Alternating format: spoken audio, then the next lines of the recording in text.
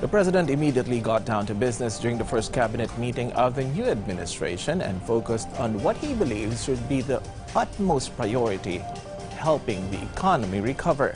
For those who were present, what was most inspiring about the new chief executive was his being knowledgeable about a lot of things and his commitment to finding the most humane solution possible and not settle for just the practical one.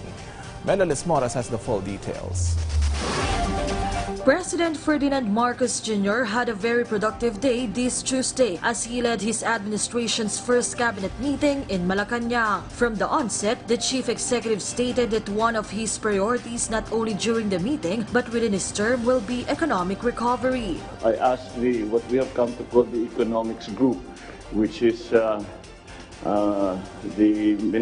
Secretary of Finance, the BSP governor, and the NEDA to give us a briefing, to give us a briefing on the general situation economically, because I think we can all understand that the most important area that we will have to deal with will have to be the economy.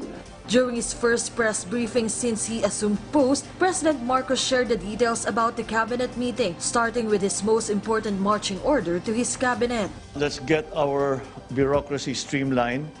I said I give you a relatively free hand in deciding who you want to hire and how you want to change the structure of your department, if indeed that's what you want to do.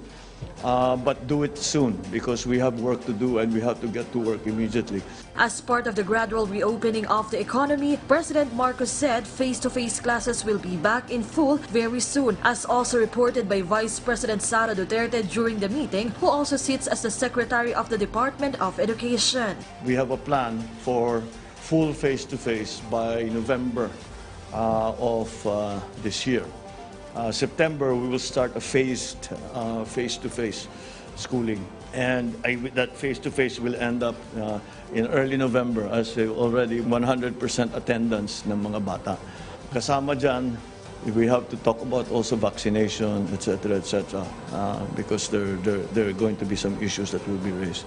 Apart from this, on the transportation sector, President Marcos assured that the government will continue to help our countrymen who are mostly affected by the oil price hikes. We are going to try not only to continue the fuel subsidies for the transport sector, but to expand it to include the tricycles, which up to now have not been included. Libreng sakay continues, as is.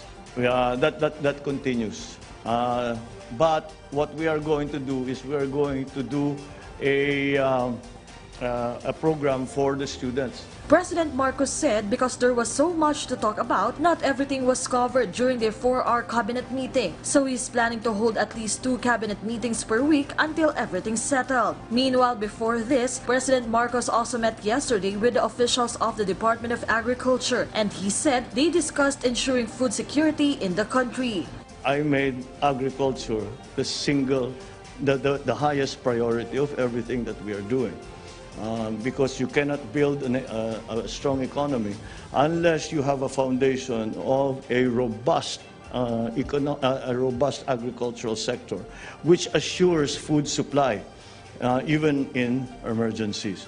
And that's what we're working towards. On another topic, particularly on foreign relations, President Marcos also confirmed that he will meet with Chinese State Councilor and Foreign Minister Wang Yi very soon to further improve ties between the Philippines and China. Of course, to find ways to work to resolve the conflicts that we have. And one of the ways that I have consistently suggested is that we have our relationship not only on one dimension, yun lang West Philippine Sea. Let's add to that. Let's have the cultural exchanges, educational exchanges, even military, if that will be useful. Melalis Moras for The Nation.